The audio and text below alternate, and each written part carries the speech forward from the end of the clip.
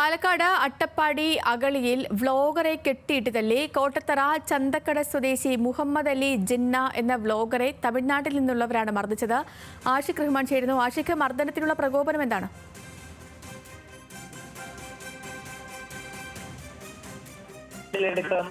ഇത്തരത്തിൽ വീഡിയോ പങ്കുവെക്കാറുണ്ടായിരുന്നു. ഇത്തരത്തിൽ തമിഴ്നാട്ടിൽ നിന്നുള്ള സ്ത്രീകളുടെ എടുക്കുന്ന നഗ്ന വീഡിയോ അതിൽ പോസ്റ്റ് ചെയ്തെന്ന് ആരോപിച്ചാണ് ഇത്തരത്തിലൊരു ആക്രമണം നടന്നത്.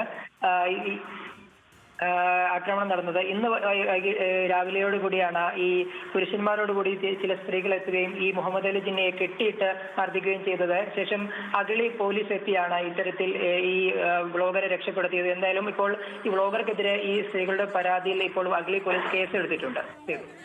ശരി ആഷിക, പാലക്കാട് അട്ടപ്പാടിയിലാണ് ബ്ലോഗറെ കെട്ടിയിട്ട് തല്ലിയത്.